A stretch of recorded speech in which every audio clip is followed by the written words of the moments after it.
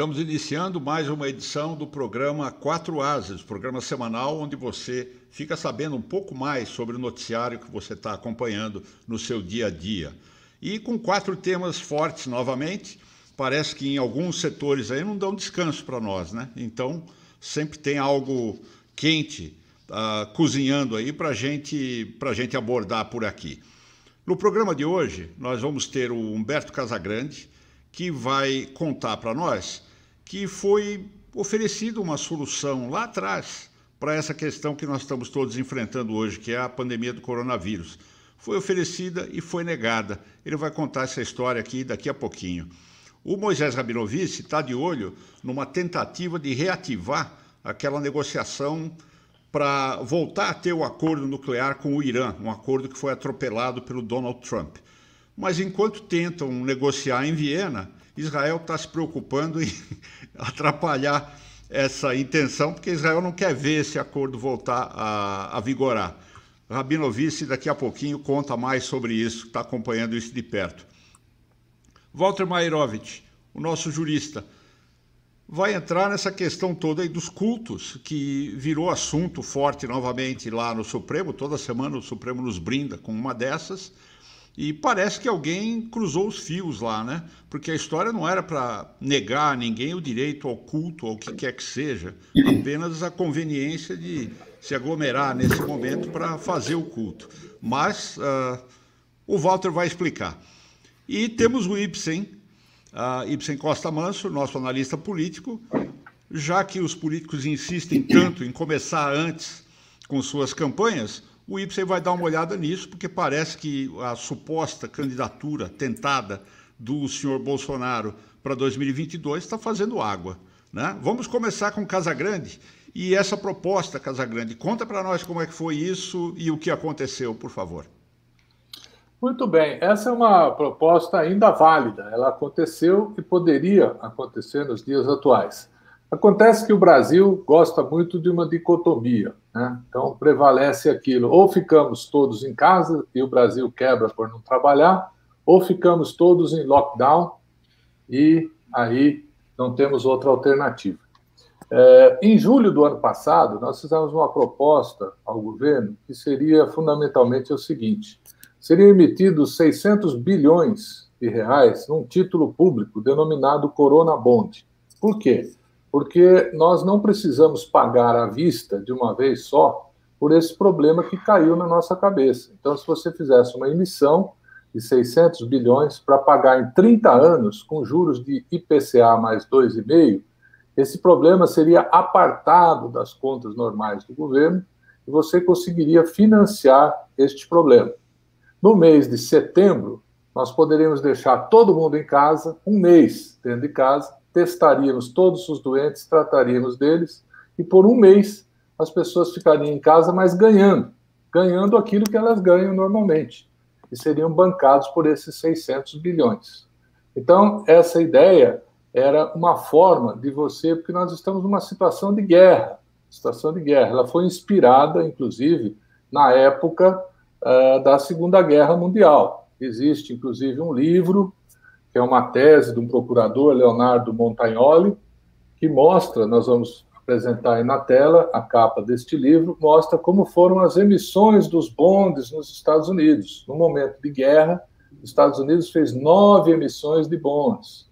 E foram fundamentalmente essas emissões que ajudaram os Estados Unidos a ganhar a guerra e retomar a democracia na Europa. Então, em situação de guerra, você tem que pensar um pouco de uma forma diferente. Então, inspirados neste livro, conforme já falei, nessas leituras, nessas experiências, nós propusemos esta emissão de um Corona Bond, no valor de 600 bics, e isso seria perfeitamente subscrito pelos investidores, porque há espaço para que se faça isso. E essa proposta foi enviada ao governo, através de cartas, documentos. Fizemos webinar a respeito disso, fizemos artigos com o apoio do ex-presidente da CVM, Roberto Teixeira da Costa, e várias entidades de mercado, mas ela não prosperou. E, recentemente, algumas pessoas me dizem, poxa, ainda não dá tempo para fazer? Eu diria que sim. Óbvio que em condições muito piores, porque hoje há um desgaste do governo, há um desgaste da situação, mas tivesse sido tomada uma atitude como essa, ou outra qualquer, o que não é verdade é que trata-se de uma pandemia, logo não há nada a fazer que não esperar a força dos deuses para consertar isso. Isso não é verdade. Os gestores têm ferramentas e instrumentos na mão e eles têm que agir para corrigir isso. Então, esta era uma proposta que poderia ter trazido muito menos sofrimento, muito menos mortes e um resultado melhor para a economia e para as pessoas. Uma proposta que, inclusive, tem um precedente importante que você citou, não é, Casagrande? O Ibsen Costa Manso tem uma pergunta para começar. Vamos lá, Ibsen. Casagrande, como é que você acha que seria a aceitação desse bonde no mercado interno e nesse momento difícil, né, de ajuste fiscal ou de estouro do ajuste fiscal? Você acha que seria bem visto? Porque as projeções, exatamente por causa dos gastos do governo, estão bem pessimistas para o final do ano, né? Esse é um bom ponto, é um ponto verdadeiro.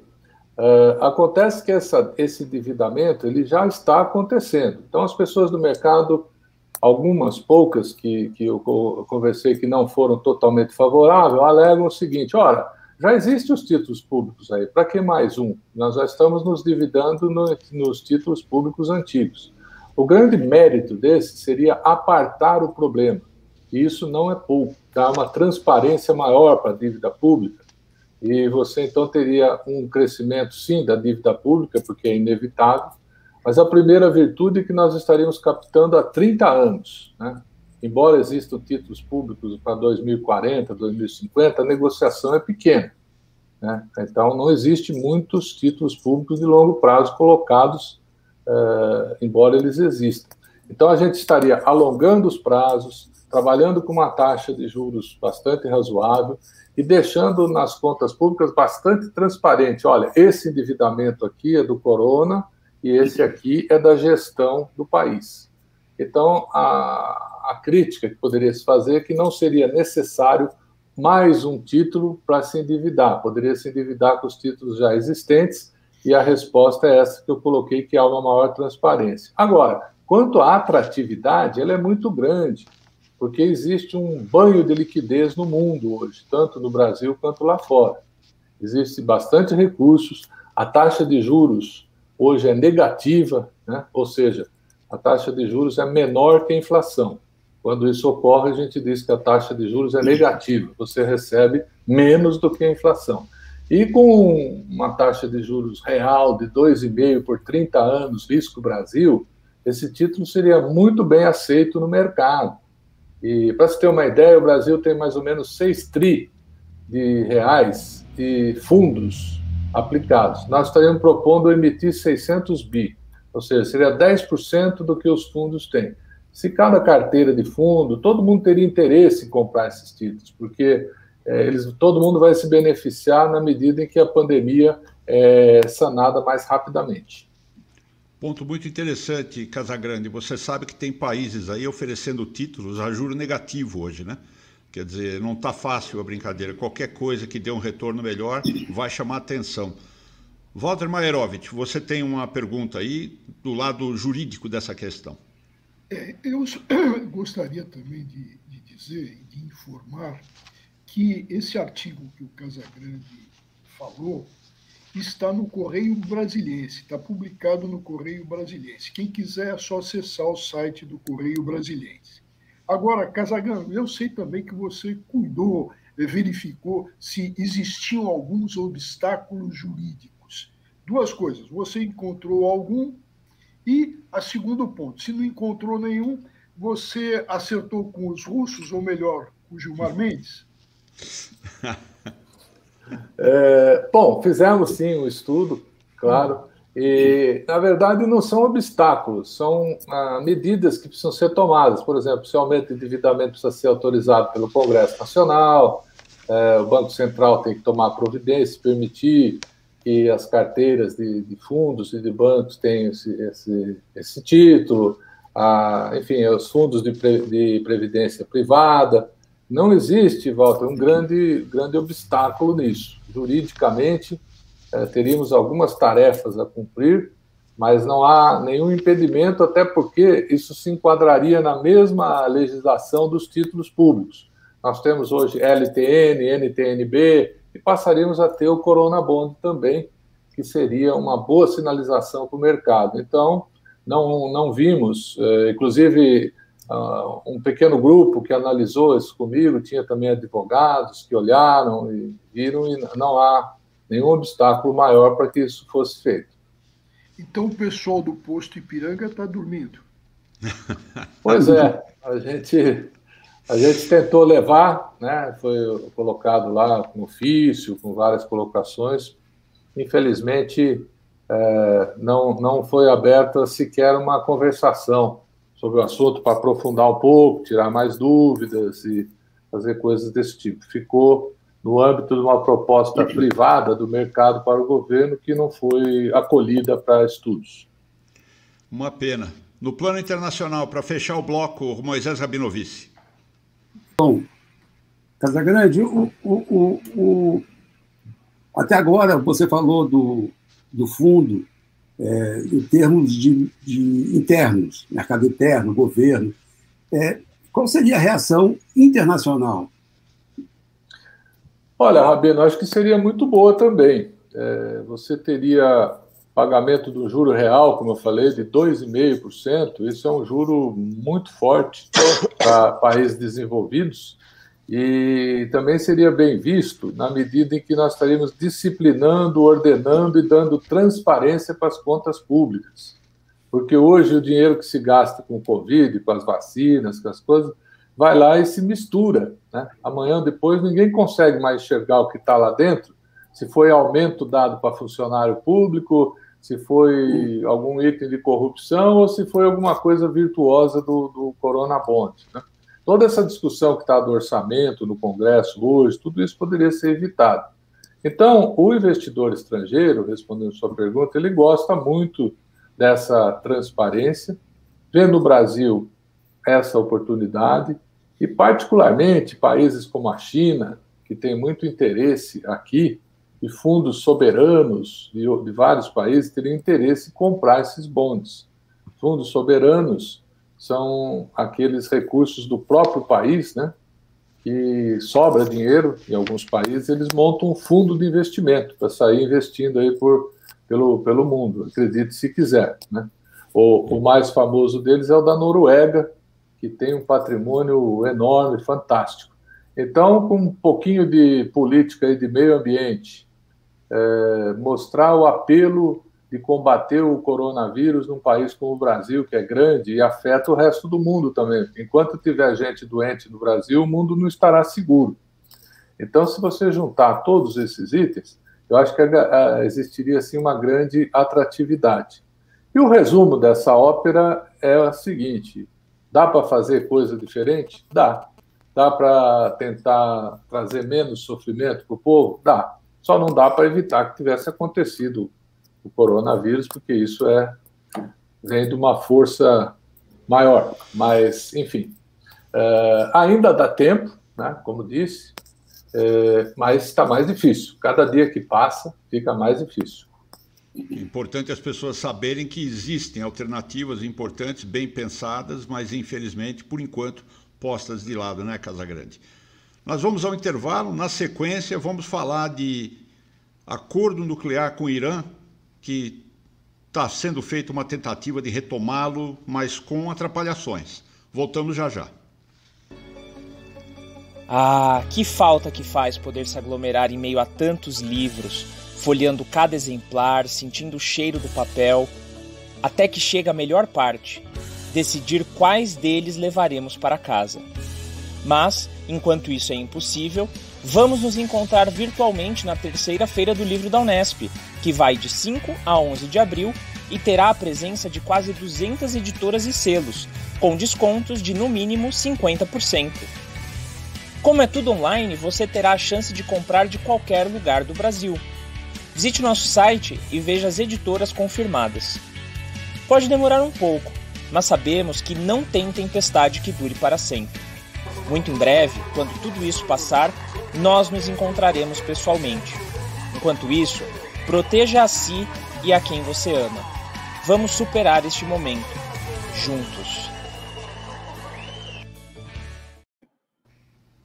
Moisés Rabinovitch, está sendo feita uma tentativa para retomar com o Irã, mas Israel não está querendo ver isso dar certo, né? Tanto que os americanos não chegaram ainda nem perto da mesa de negociações. Olha, faz 40 anos, era um domingo, 8 caças F-16 levantaram voo de Israel, voaram 70 minutos a 90 metros do chão e avistaram o alvo, a usina nuclear do Iraque. Os aviões subiram a 2.000 metros e mergulharam disparando 16 bombas de 910 quilos cada. Foi o fim do sonho atômico de Saddam Hussein. Israel ameaça repetir essa façanha contra o Irã. Os dois inimigos agora se provocam, um acertando um navio do outro. Os israelenses não querem que o acordo nuclear com o Irã, rompido por Trump em 2018, seja resgatado. Mas Biden quer. A primeira reunião entre iranianos, russos, chineses, britânicos, franceses e alemães deu início às negociações em Viena, onde estavam também negociadores americanos esperando ser convidados. É a hora da verdade, anunciou a CNN. Um acordo pode demorar, mas não além de junho, quando haverá eleições gerais no Irã. A suspensão das sanções e a liberação do dinheiro retido em bancos favorecerão a vitória de moderados contra religiosos linha dura. O encontro de Viena coincidiu com o dia da lembrança do Holocausto. O premier Netanyahu, réu num julgamento em que é acusado em 3 casos de corrupção e com a missão impossível de formar um governo após a 4ª eleição inconclusiva em 2 anos, embarcou no pesar nacional e declarou: devemos agir contra o regime fanático no Irã, que está simplesmente ameaçando nos apagar da terra. Enquanto ele falava, bombas acertavam um depósito iraniano de armas no aeroporto de Damasco, disparadas por aviões israelenses. China e Rússia têm problemas maiores do que pagiar o acordo de 2015. Xi Jinping quer dominar Taiwan, como Hong Kong, Xinjiang, Tibete e Mongólia. E Vladimir Putin está engasgado com a Ucrânia e com seu maior opositor, Alexei Navalny. Embrenhou-se na guerra da Síria, apoia a Venezuela do presidente Maduro e foi xingado de assassino pelo presidente Biden. Tanto Xi como Putin estão estendendo seus mandatos. Um vai superar os líderes que passaram pelo Kremlin desde o ditador soviético Joseph Stalin. O outro já é considerado o mais poderoso líder em 70 anos desde Mao Tse-tung. Putin e Xi estão muito amigos atualmente. As expectativas dos dois vão muito além de um ataque israelense às centrais nucleares do Irã. Sempre tem essas considerações geopolíticas aí em que o Rabinovitch sempre nos ajuda muito. Casagrande, você tem uma pergunta? Sim, tenho, Rabino. Parece que esse conflito da Síria com Israel, a gente também tem um problema de pontaria, né? Porque noticiou-se recentemente que um míssil lançado da Síria contra a Força Aérea de Israel atingiu o Líbano, uma bomba que caiu no Líbano. Seria isso mesmo? Seria, e foi hoje de manhã, foi pela manhã. O Israel atacou Damasco, o aeroporto de Damasco, à noite. Já é um ritual. Toda vez que chega um novo carregamento de armas do Irã, e ele é colocado num depósito no aeroporto internacional, Israel vai lá e bombardeia. E não foi diferente. Os aviões israelenses, dessa vez, entraram uma parte pelo Líbano e outra parte pelas colinas do Golã. E, quando iam embora, a defesa aérea síria mandou um míssil.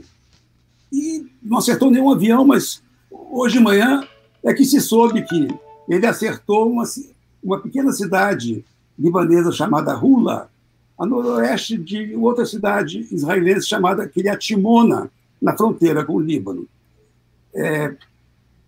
Foi mais uma escaramuça que não para por aí.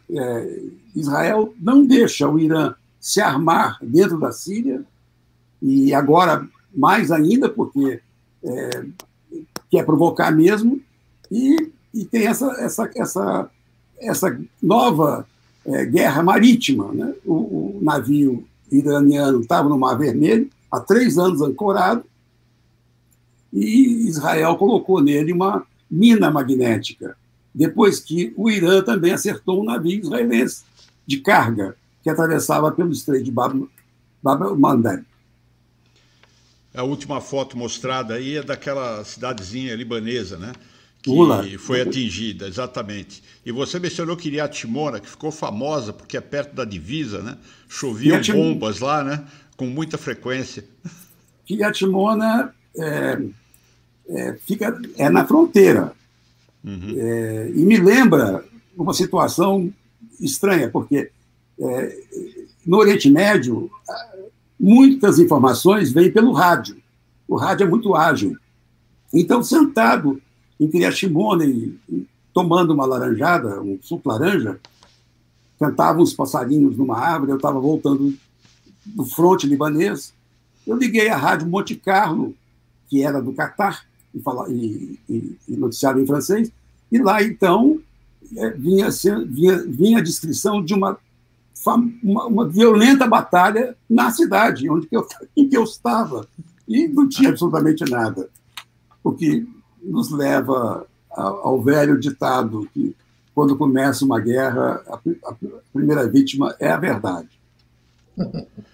Eu vou ao Ibsen, porque Ibsen, todo mundo sabe que teve muita ligação aí do governo Bolsonaro com Netanyahu, e agora, com isso tudo acontecendo, alguma repercussão visível a partir do Brasil? Olha, eu acho que, por enquanto, ainda não. Mas o que eu queria perguntar para o Rabino é se exatamente isso, se essa escalada, talvez não uma escalada, mas essas ações militares recentes de Israel, que é uma coisa que os governantes sempre fazem, não pode ser uma jogada política para tentar fortalecer e melhorar a situação dele nas próximas eleições. O que você acha? Não, porque ele não vai conseguir formar o governo. Ele foi o primeiro a receber o mandato. Ele tem 15 dias e mais 15 dias, se ele precisar. Mas, pelas contas dos 13 partidos disponíveis para uma coligação, não vai haver acerto possível que dê a Netanyahu um novo governo. Ele está sendo cotado agora para ser presidente. O presidente é um cargo honorífico em Israel. E depois, os políticos não querem se aliar a um primeiro-ministro que, com certeza, vai ser condenado por 3 casos de corrupção cheios de provas. Ele está nessa situação. Claro que uma guerra pode servir para ele estender o mandato dele.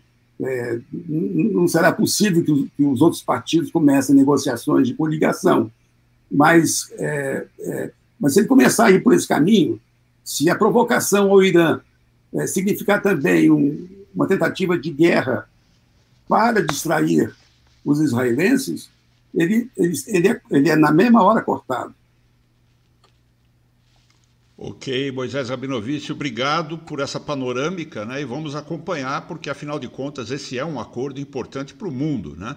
É um pouquinho de perspectiva de não ter uma explosão de violência e de ataques naquela parte do mundo que sempre tem repercussões que vão muito mais longe.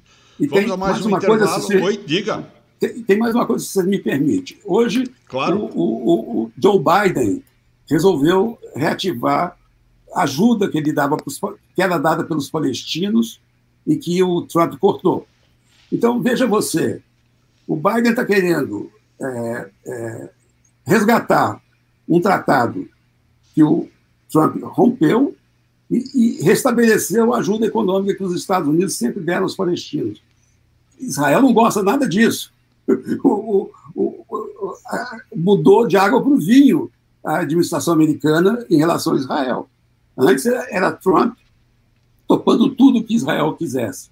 Agora não, agora o Biden está restabelecendo a postura americana no Oriente Médio e sem ligar muito para as reclamações de Israel. Ok, Rabino.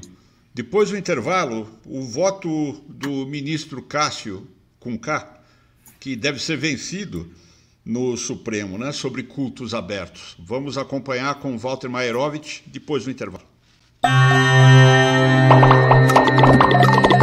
Algumas empresas procuram uma solução mágica para trazer inovação ao seu negócio. Algumas empresas acreditam que o segredo do sucesso está na tecnologia.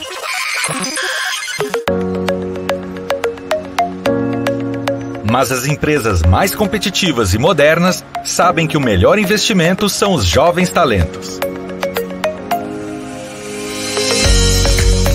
Aprendizes e estagiários trazem a liberdade, a criatividade e a garra de quem está começando a construir uma carreira e quer provar todo o seu potencial. O CIEE possui toda a experiência para auxiliar qualquer empresa a criar um programa de estágio e aprendizagem.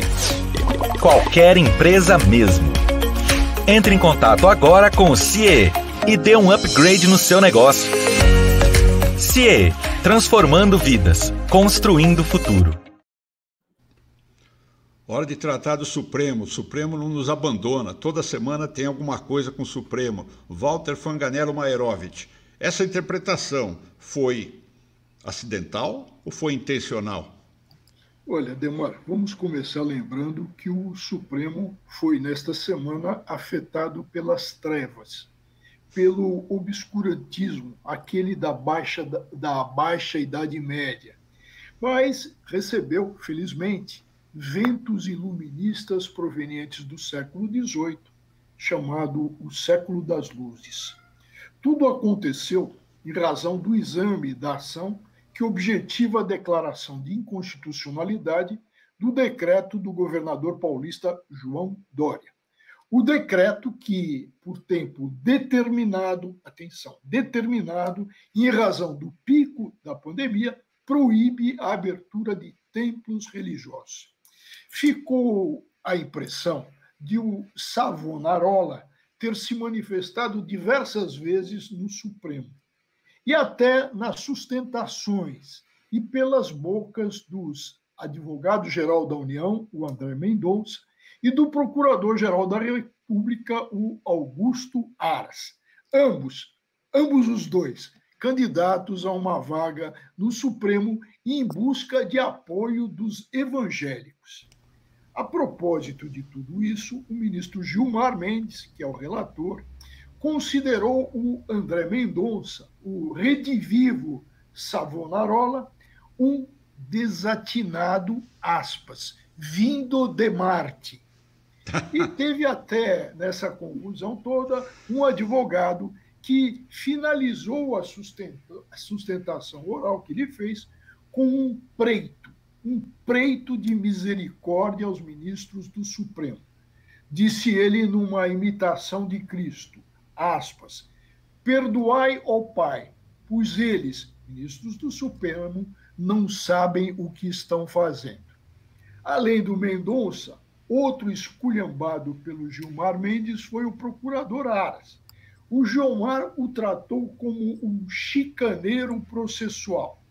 Isso por tentar o Aras inventar uma prevenção para tirar o Gilmar do processo e mandar o processo do Gilmar para o Cássio com K.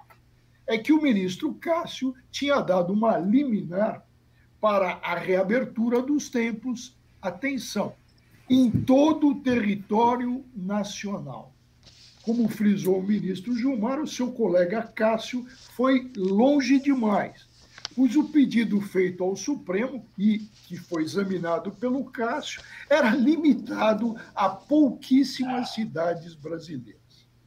De se frisar ainda que o Cássio ignorou a unânime decisão do Supremo, que reconheceu, em tempo de pandemia, a competência de governadores e prefeitos para impor restrições sanitárias. Com a clareza do chamado século das luzes, o decreto do Dória não atentou à liberdade de consciência, de crença. E a medida de fechamento dos templos é temporária e constitucionalmente legítima.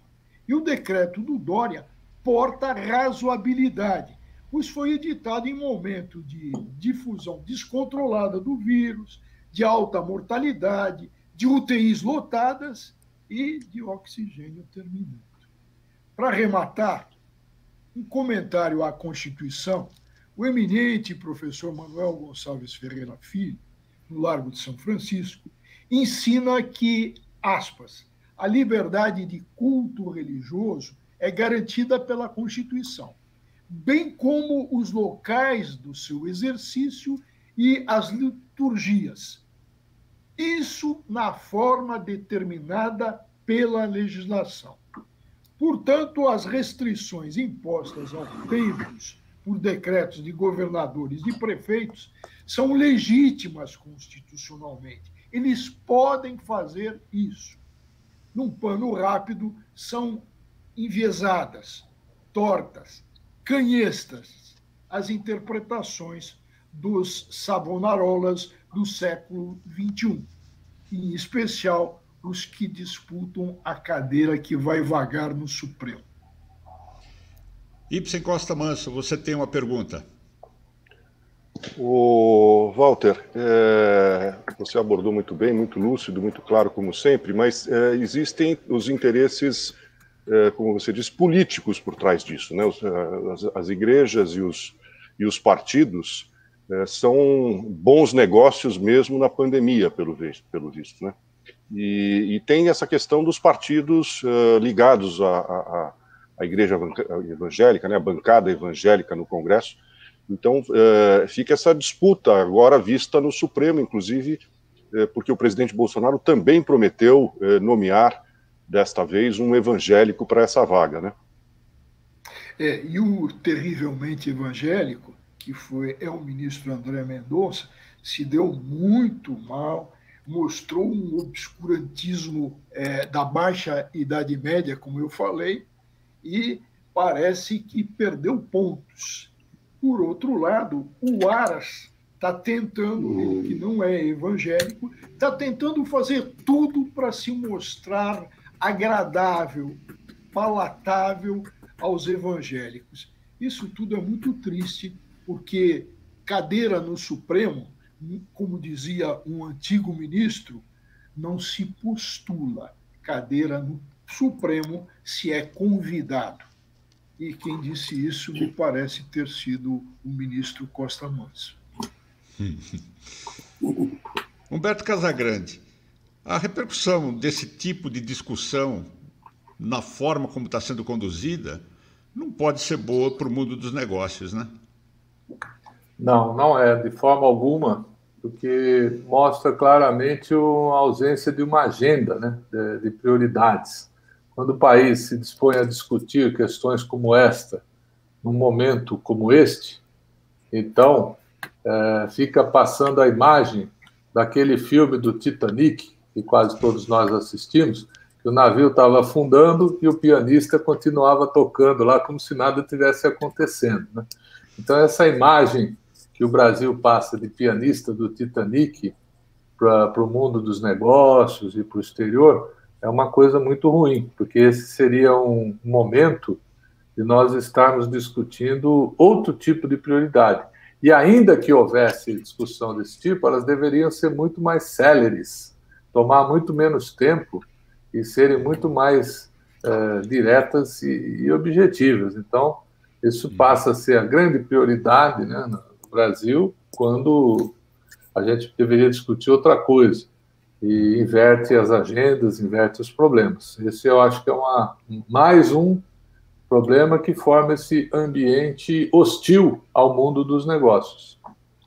E Casagrande, preste atenção na minha cartada final, porque o dia 14 vem aí. Mas o Casagrande pôs o dedo talvez no aspecto mais irritante, né, que é ver discussões ad eternum sobre temas que realmente não poderiam estar nem perto do topo das nossas prioridades neste momento, né? Vamos fechar o bloco com o Rabinovich, por quê? Porque ele já acompanhou de perto governos em que a religião era assim decisiva para tudo que acontecia, né? E de repente nós estamos vendo aí uma discussão que não deveria nem ser religiosa, né, o Rabino? O primeiro-ministro, quando era primeiro-ministro, Isaac Rabin, caiu porque os aviões comprados dos Estados Unidos, os F-15, chegaram depois do início do Shabat. Então, os religiosos se retiraram do governo e ele ficou fragilizado e caiu. Mas eu vou aproveitar que você me deu a palavra para perguntar o seguinte: o Aras, o Cássio com K, vai acabar tendo um companheiro no Supremo, seja ele Aras, seja ele Mendonça. Isso significa o quê para o futuro? Deixa eu emendar uma coisa aqui, Walter. Você falou do Aras, enfim, que não é evangélico, mas tem outros ministros também do STJ que são, né? Sim, e tem um por fora, o recém-desembargador Douglas, que é muito forte. Ele foi agora indicado e já é desembargador no Tribunal Regional Federal. Tem musculatura e vem correndo por fora. Agora, é bom a gente lembrar, já que o Adhemar tocou, o Estado teocrático é uma coisa. O nosso Estado, pela nossa Constituição de 88, não é um Estado teocrático, é um Estado laico. E, portanto, quando se diz eu quero um terrivelmente evangélico para o Supremo, isso preocupa, porque quem vai para o Supremo vai para dizer o direito e para interpretar uma Constituição que é de um Estado laico. Ok, Walter, muito obrigado por essa panorâmica e deixa esse assunto todo bem mais claro, com certeza. Vamos a uma pausa. Na volta, nós temos já que eles insistem, nós temos o cenário eleitoral. E já que Bolsonaro está tão interessado em 2022, é bom ele saber que os números não estão indo muito a favor dele. Ibsen Costa Manso, é você depois do intervalo. Com sede no coração de São Paulo, a Editora Unesp nasceu em 1987, pelas mãos da Universidade Estadual Paulista Júlio de Mesquita Filho, com o objetivo de democratizar o acesso ao conhecimento. Funcionando como uma ponte entre ciência e sociedade, já publicou mais de 2.500 títulos, muitos deles disponíveis para download gratuito. Seu catálogo sólido e diversificado conta com obras clássicas e contemporâneas, de pensadores consagrados tanto no Brasil quanto no exterior, e já recebeu inúmeros prêmios. Sua livraria oferece milhares de títulos das mais variadas editoras e gêneros, e atende a todo o Brasil pela loja virtual. Conta também com a Universidade do Livro, que oferece eventos e cursos para a formação de profissionais para o mercado editorial e interessados em geral. Esta é a Fundação Editora da Unesp, desde 1987, produzindo conteúdo e compartilhando conhecimento. Nosso analista político Ibsen Costa Manso está acompanhando os números, né? Já que os políticos querem tanto saber como é que vai ser, com tanta antecedência, uma campanha embutida e precoce. Ibsen, conta para nós aí o que você está vendo. Bom, teve uma reviravolta aí no cenário político por conta da possibilidade do ex-presidente Lula disputar, né? E ele mostrou que está firme e está em forma, né?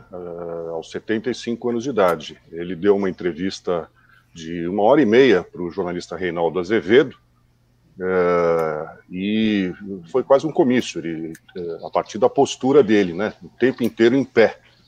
E foi um sucesso de público, porque teve mais de 2 milhões de visualizações essa entrevista, que foi dada no mesmo dia em que o presidente Jair Bolsonaro fez a sua live semanal, né? E na verdade, só teve 220 e poucas mil visualizações. Olha só a diferença, né? Foram 45 mil curtidas na live do presidente Bolsonaro e 258 mil curtidas na entrevista do Reinaldo Azevedo. Então, o Lula mostrou que está no páreo, se mostrou disposto a percorrer o país. Não sei se ele vai ser candidato ou não, isso eu acho que é uma coisa que vai ser definida só no ano que vem, mas ele está na ativa, né? Enquanto isso, quer dizer, não bastava aí a economia, como o Casagrande sempre comenta, está indo ladeira abaixo, e a pandemia ladeira acima, que já causaram estragos aí na popularidade do presidente Jair Bolsonaro, ainda entra um novo elemento na eleição, que é o presidente Lula, né? O ex-presidente Lula. E, enfim, e ele entra fazendo estragos de cara numa coisa que o presidente Bolsonaro estava melhorando, né, que era a popularidade dele no Nordeste. O Lula vai estragar esse eleitorado que estava aí contemplado principalmente com o auxílio emergencial, e que vai ser menor, quer dizer, o impacto do auxílio emergencial provavelmente não vai ser o mesmo do que aconteceu no passado. Então, juntando tudo isso e já tendo reflexos, o IPESP, o Instituto IPESP de Pesquisas, ao serviço da XP Investimentos, divulgou uma pesquisa que foi feita anterior a essa entrevista do Lula. Provavelmente, talvez a entrevista do Lula tenha até melhorado o seu desempenho, mas mostra pela primeira vez,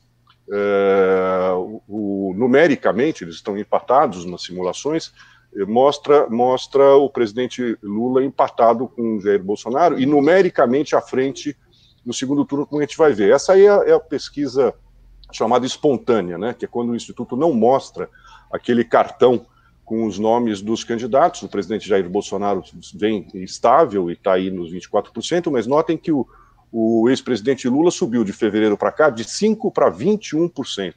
E essa pesquisa é muito boa, espontânea, porque é um voto mais consolidado. E depois você tem a pesquisa estimulada, né, que tem esse cartão normalmente circular, para não ter nenhuma ordem, e vejam aí que o presidente Lula passou, né, pela primeira vez numericamente, a margem dessa pesquisa é de 3 pontos percentuais para mais ou para menos, mas numericamente o presidente Lula, que estava atrás, né, bem atrás, ultrapassou numericamente, né? No segundo turno, isso aqui é estimulada. E no segundo turno, também estimulada, o presidente Lula aparece também à frente numericamente do presidente Jair Bolsonaro. É um empate técnico, mas o importante sempre em pesquisas, eu digo, e quanto mais longe da eleição, é a gente ficar observando essas tendências, né, se está subindo ou está caindo. E o Instituto fez uma série de outras questões também, como, por exemplo, a avaliação de governo, né? E a avaliação de governo vem crescendo também, a piora aí na avaliação negativa de governo, que é as respostas de ruim ou péssimo, né?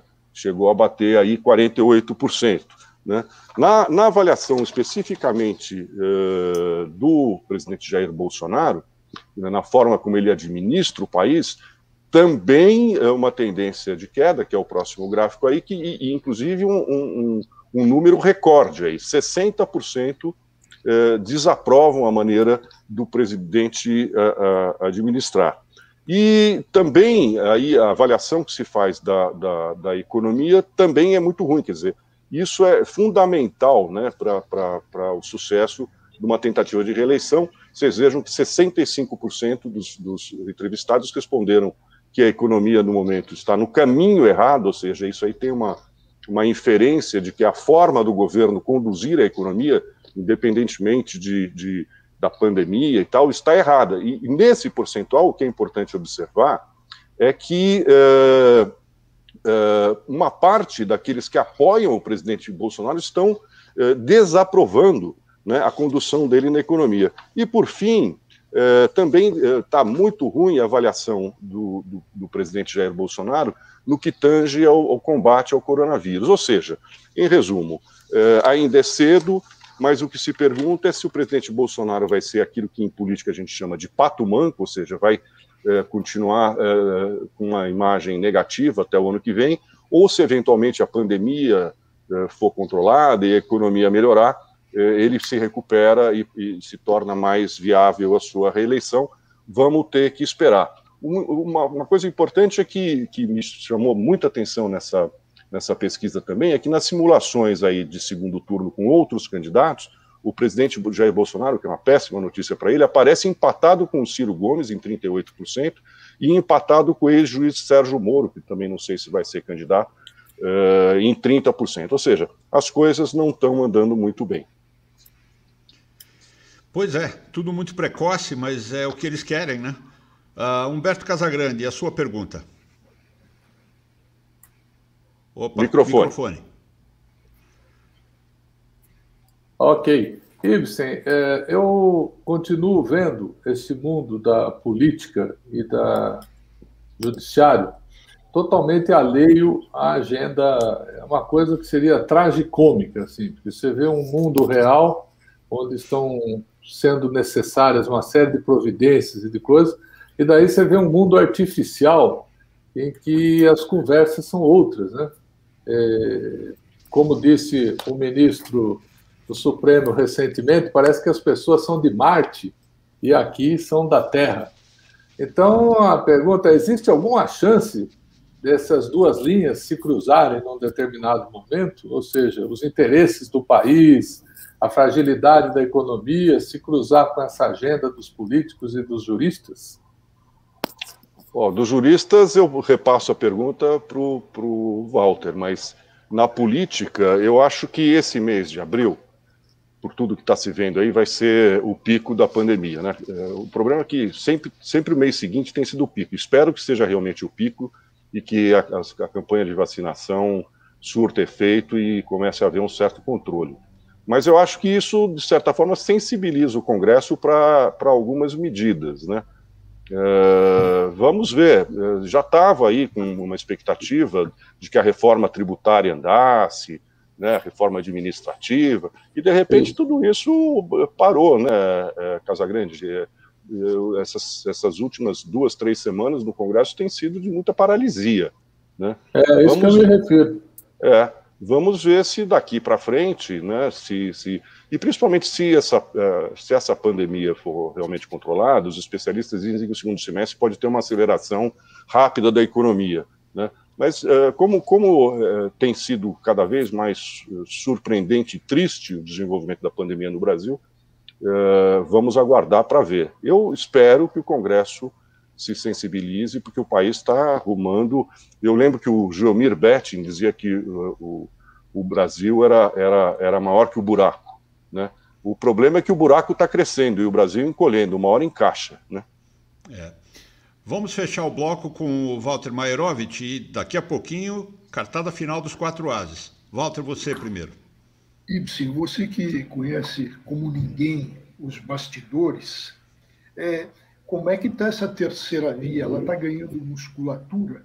E como é que essa história dos tucanos estarem pretendendo namorar o Ciro Gomes? Ali eu acho que ainda não é nem namoro, né? Porque os tucanos não se bicam e muito menos se bicam com o Ciro Gomes, né? Na verdade, foi o Ciro Gomes que fez essa movimentação para se aproximar, como ele tinha uma imagem, foi ministro de governos petistas e tal, uma imagem mais ligada aos partidos de esquerda, e ele, como é um homem muito inteligente e um bom político, no sentido de que ele entende das manobras políticas, tentou se aproximar, porque ele sabe que só com os votos da esquerda ele não consegue se viabilizar numa eleição, né?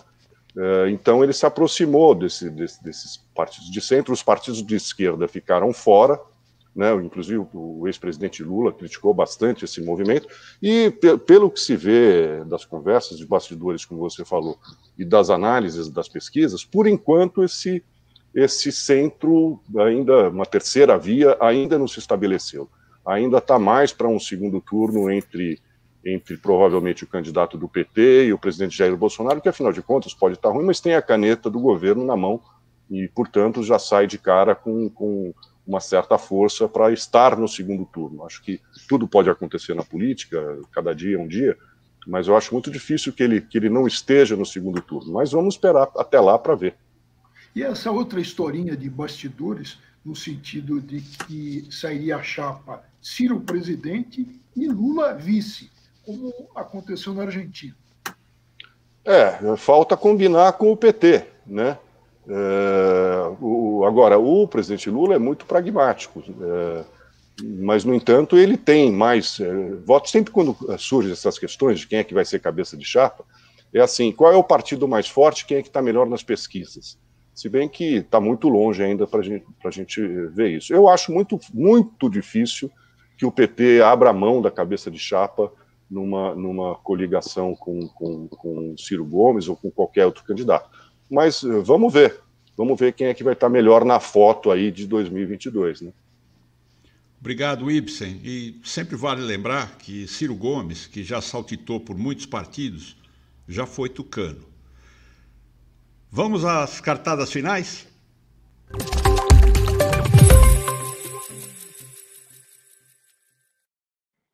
Vamos começar com você, Casagrande, a sua cartada final. Microfone. Entre tanta notícia triste e difícil, recentemente o ministro Tarcísio da Infraestrutura apresentou ao país um grande programa de obras de infraestrutura e melhoramentos, coisas de ferrovias, estradas, portos, uma série de obras muito meritórias e muito importantes. Perguntado o que eu achava disso, a minha resposta foi curta e grossa. Melhor que isso, só se for verdade. Obrigado, Casagrande.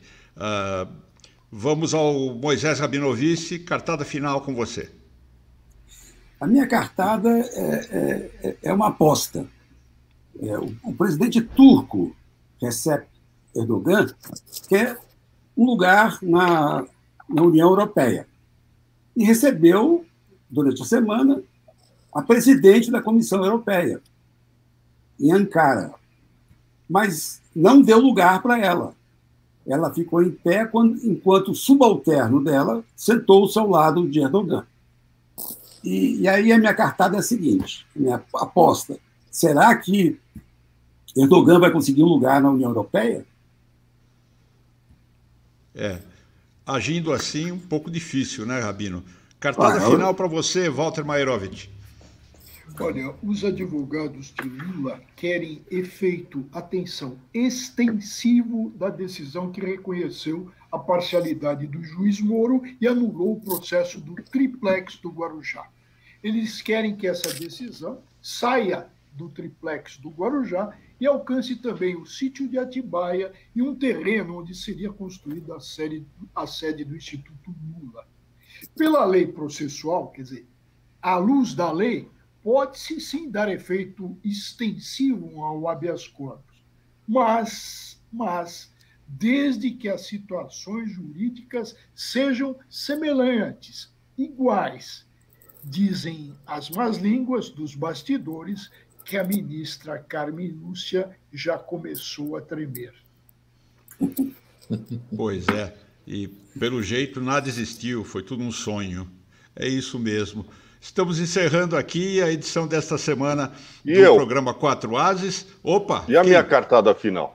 Oi, Ibsen, sim, você tem uma carta, você tem direito a uma cartada final, por favor. Eu achei que você ia me blefar. Não, tá louco. O carteado está guardado aqui. Vamos lá. Tá bom. Eu fico aí com a expectativa para uma mudança de rumos nas relações exteriores do Brasil, né?